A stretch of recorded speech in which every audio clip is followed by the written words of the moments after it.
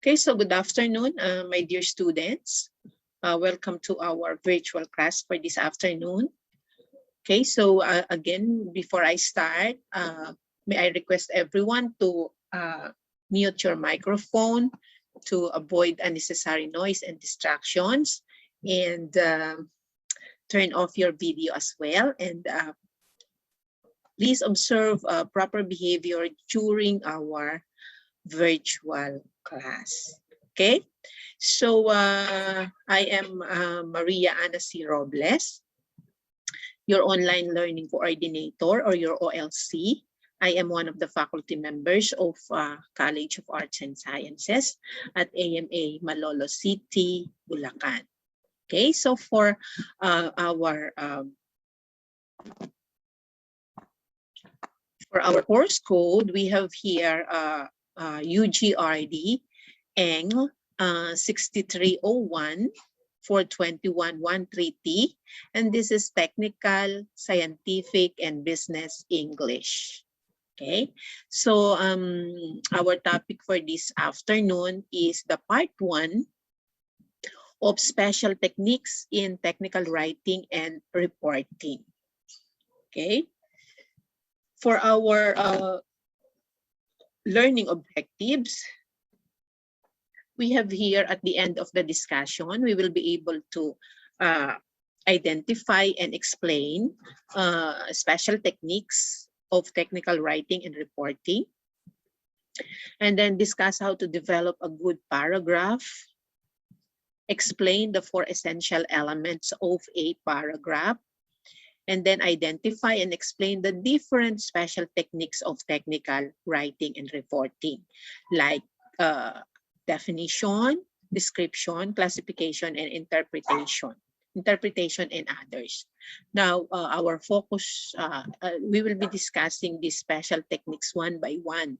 So our focus for this afternoon is developing a paragraph using definition.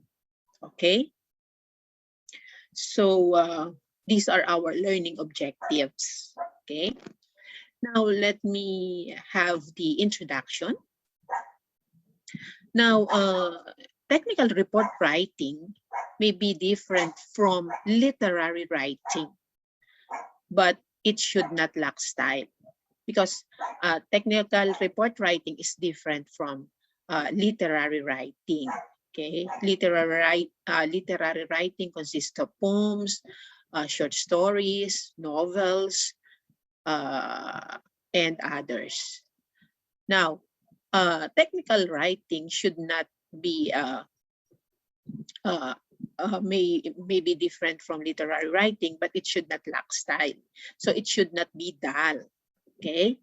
Now, the technical writer should present his ideas and findings in an interesting and convincing manner, which reflects his involvement with the problem and enthusiasm in preparing the report.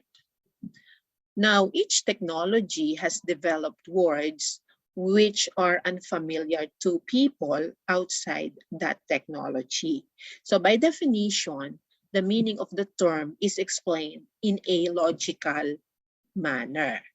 Now, technical report writers today must choose words carefully and define them, because readers have no time for long and winding communication. Now, words, okay, different words make up a phrase, okay, and then phrase makes up sentences, okay, and sentences make up a good paragraph. Okay, now a paragraph is a group of sentences organized around a central topic, or a paragraph is composed of group of sentences, 5 or more sentences, which are directed into the topic being discussed. Now, A solidly written paragraph takes its readers on a clear path without detours. So meaning to say, the readers, because of this solidly written paragraph, uh, have a clear, okay, understanding about the topic being discussed. Okay. Now, what are the different parts of a paragraph? So first, there should be a topic sentence. There should be a supporting sentence, and there should be a clincher or concluding sentence. Now, topic sentence tells the reader what the paragraph is all about. Okay? It helps. It also helps the writing under control. Sometimes this is called the controlling idea of a paragraph. Okay, so usually topic sentence can be seen or can be written at the beginning of the paragraph. Okay, now supporting paragraph or supporting sentence. Now, supporting sentence make the topic more interesting or help explain the topic more clearly. Okay, it helps support a topic sentence through providing sensory details, facts, or examples that expand upon, explain, or prove a paragraph's main idea or the topic sentence. So in other words, this supporting sentence is the topic to be discussed. Okay, it may be supported by providing some details, facts, examples, which explain or prove the main idea of the paragraph. Okay, and then we have also the last one, the last part, the clincher or the concluding sentence. Now, when you say concluding sentence, it usually seen or written at the end. Okay, so it provides a logical conclusion based on the information found in the supporting sentences. It also used to cement the main idea in the reader's mind. Okay, so such conclusion should linger, okay, in the mind of the readers. Okay, so take note of these three essential parts of a paragraph: the topic sentence, the supporting sentence, and the concluding sentence. Okay, now what are the elements of a paragraph? What are the four essential elements of a good paragraph? So it should have unity, it should have coherence, it should have order, and it should be complete. Okay. Now, what is unity?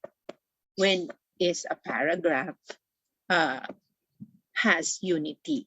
Now, unity refers to the extent to which all of the ideas contained within a given paragraph hang together in a way that it is easy for the reader to understand.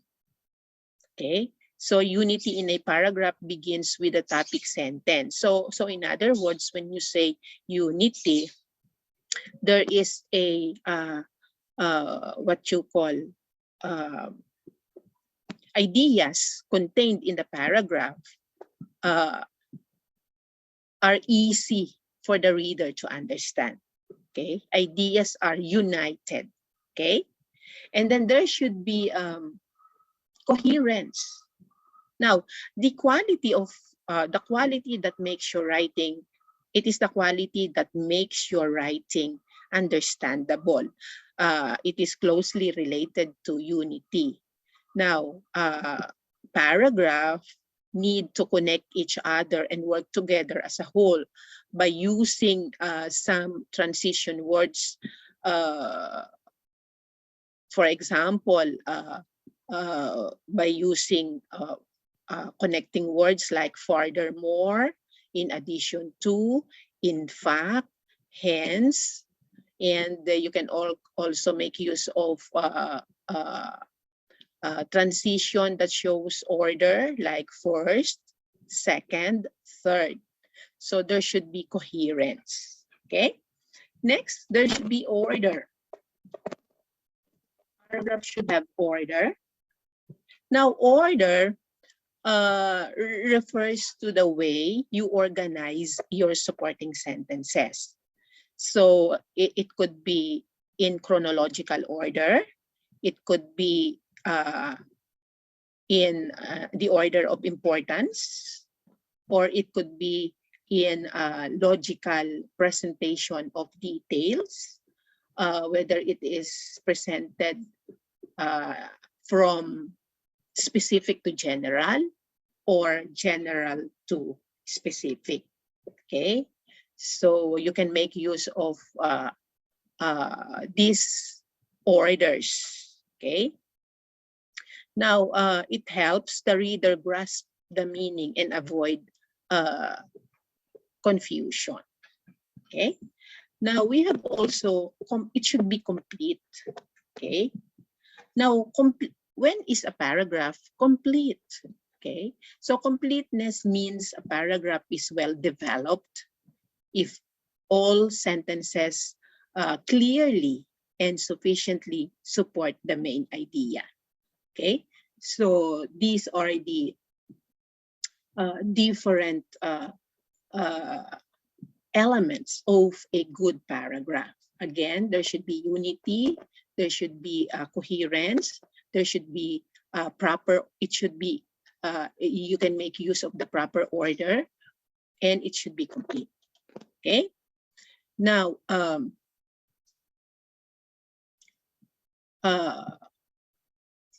paragraph and essay are related to each other, but they differ in terms of length. Okay, so let's try to differentiate the two. Wait.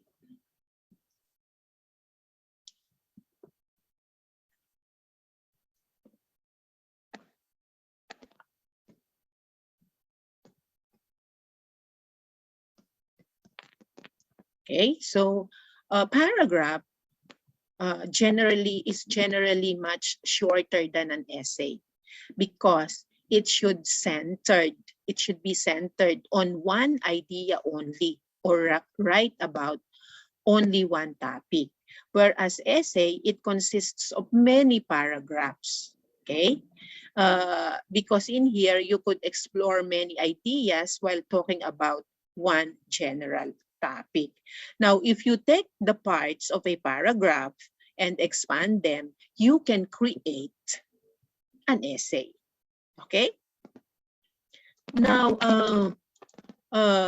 developing paragraphs in a variety of patterns that reflect your thinking about the material.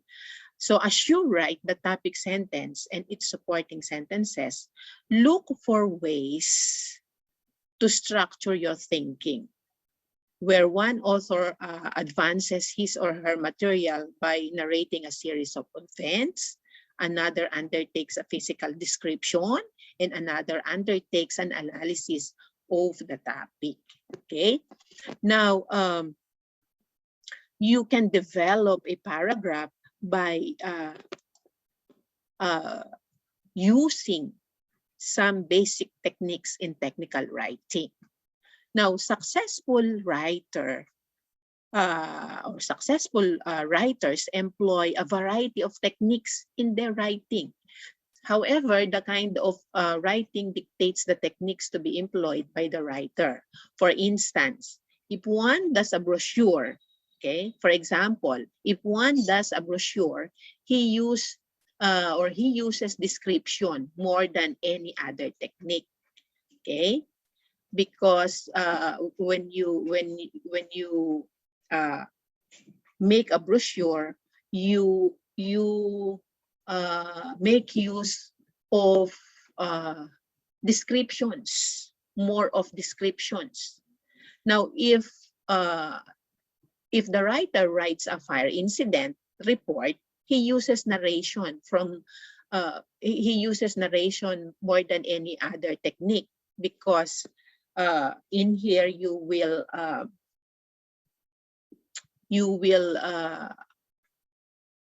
you are going to write the fire incident, so you are going to use narration as if you are telling a story. So in technical writing, the techniques basically employed are definition, description, classification, partitioning, analysis, comparison and contrast,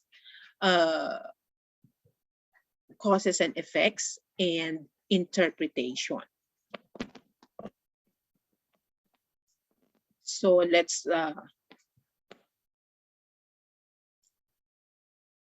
discuss this one by one.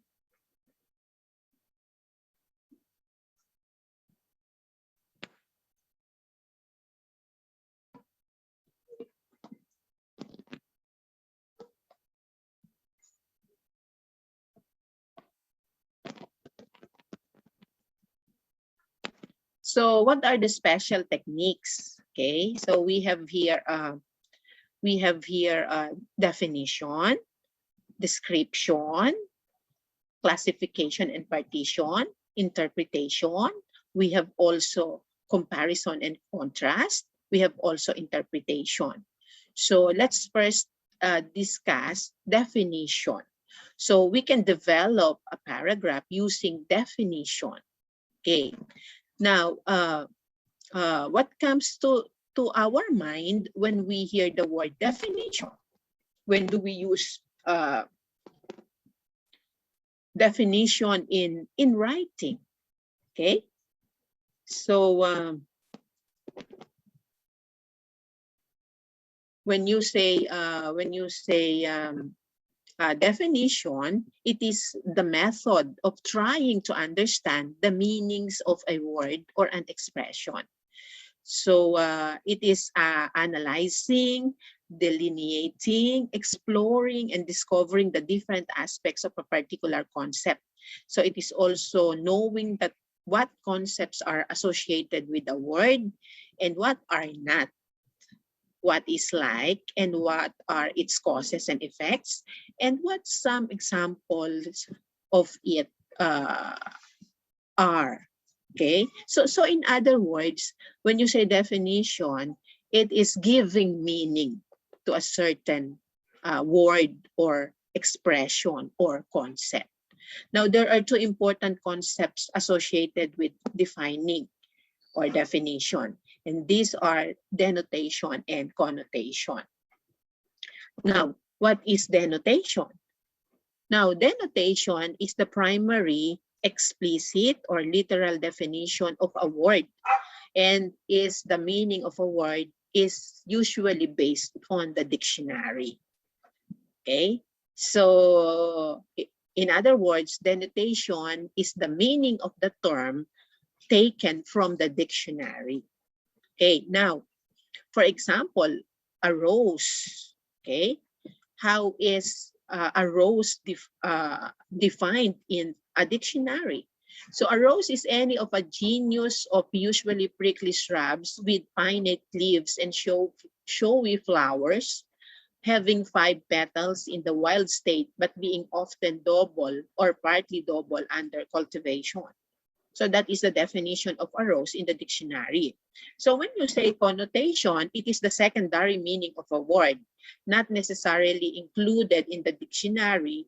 Rather, it is how we people understand the word based on our own personal and consensual experiences, and not based on the dictionary. For example, again, a rose, a bouquet of roses is usually what a person gives to his or her beloved one. And beyond its scientific name, a rose can also connote love and romance. So that is connotation. Connotation is the meaning of the word based on our personal experience or personal or consensual experiences, and not based on the dictionary. Now, in defining a term, there should be three parts: the term, the genus, and the differentia. Now, the term is the word to be defined, and then the genus is where the term belongs, and then the differentia is the distinct characteristic of the word to be defined. Okay, so these are the three main parts of defining a term. Okay, now aside from besides denotation and connotation,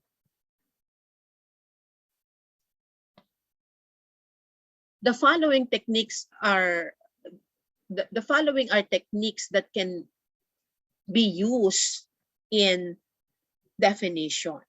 Okay, first, analysis. You can define a term through analysis. Now, analysis is the process of breaking down a concept into its constituent parts. So it also entails detailing in which one, rather than zooming out and describing the concept as a whole, zooms in and focuses on describing the aspects that make up a concept. So the definition through analysis. Okay. Now, for example, you are going to define a guitar using analysis. So it could be stated like this: a guitar is a musical instrument that produces sound primarily through strumming its strings. So its sound is modified or manipulated through the interaction of the strings with the other parts of the guitar, which are the headstock, or simply the head, the tuners, the nut, the neck, the sound hole, and the body of the bridge. So this is definition through analysis. Okay. Another one, you can define it using collocation. Now, collocation means that there are words or expressions that are usually almost immediately associated with the concepts you are trying to define. And these words or expressions are usually located together. Hence, the name is collocation. So for example, passion. Passion is usually collocated with the terms love and lust. Okay? While these three words are not only compared but also contrasted in the sample text above, they are most often defined in terms of each other because they share common semantic feature of intense liking. So that is definition by collocation. Okay? You can also define using etymology. Now, etymology is the history, or it explains the evolution of a word or how it has come to be. So in other words, when you say definition through by means of etymology, it means the derivation or the origin of a certain word. For example, the word literature. For example, the word literature. Literature, the word literature is derived from the Latin word litera, which means letters. Okay, so just like the example here, appassionato is the past participle of a Latin word that means to impassion. So we are talking here of the origin of a certain word. Okay, etymology. And then exemplification and illustration. Exemplification is defining something by giving examples. Illustration, on the other hand, is giving an example and focusing on it to elaborate on the concept that you are trying to define. For example, books are considered to be credible and refutable resource materials to consult when you are trying to find the definition of a word. Now, some examples of a book, some examples of books are dictionaries, thesauri, encyclopedias, and manuals. So you can define a term by using exemplification and illustration. Okay, so another one, function. So another way of understanding what a word or concept means is to know its purpose. So it answers the question, what is it used for? Okay. Now, example, whether it may be an ancient sundial, a classy pocket watch, a Rolex or Swatch wristwatch, an antique grandfather clock, or the mighty Big Ben of London, a clock, first and foremost, is a mechanical device or technology whose primary purpose is to measure time or to know time. So that is defining a term using its function or its purpose or its uses. Okay? And then we have here negation. Okay? Negation is a technique that you can use to define a word or concept by explaining what it is not. Okay?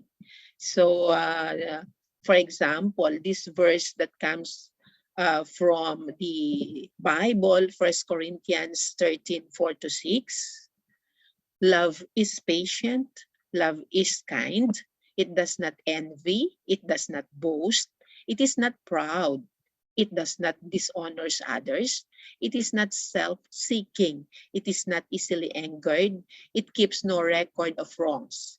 Love does not delight in evil, but rejoices with the truth. So as you observe, love here is defined using negation. Okay, the technique wherein you define a word or a concept by explaining what it is not. Okay, and then we have here synonyms. Synonyms are a single word or phrase that share almost the same meaning with the concept you are trying to define. Synonymous, the same. Okay? So you can make use of, for example, slang or colloquial language. Okay?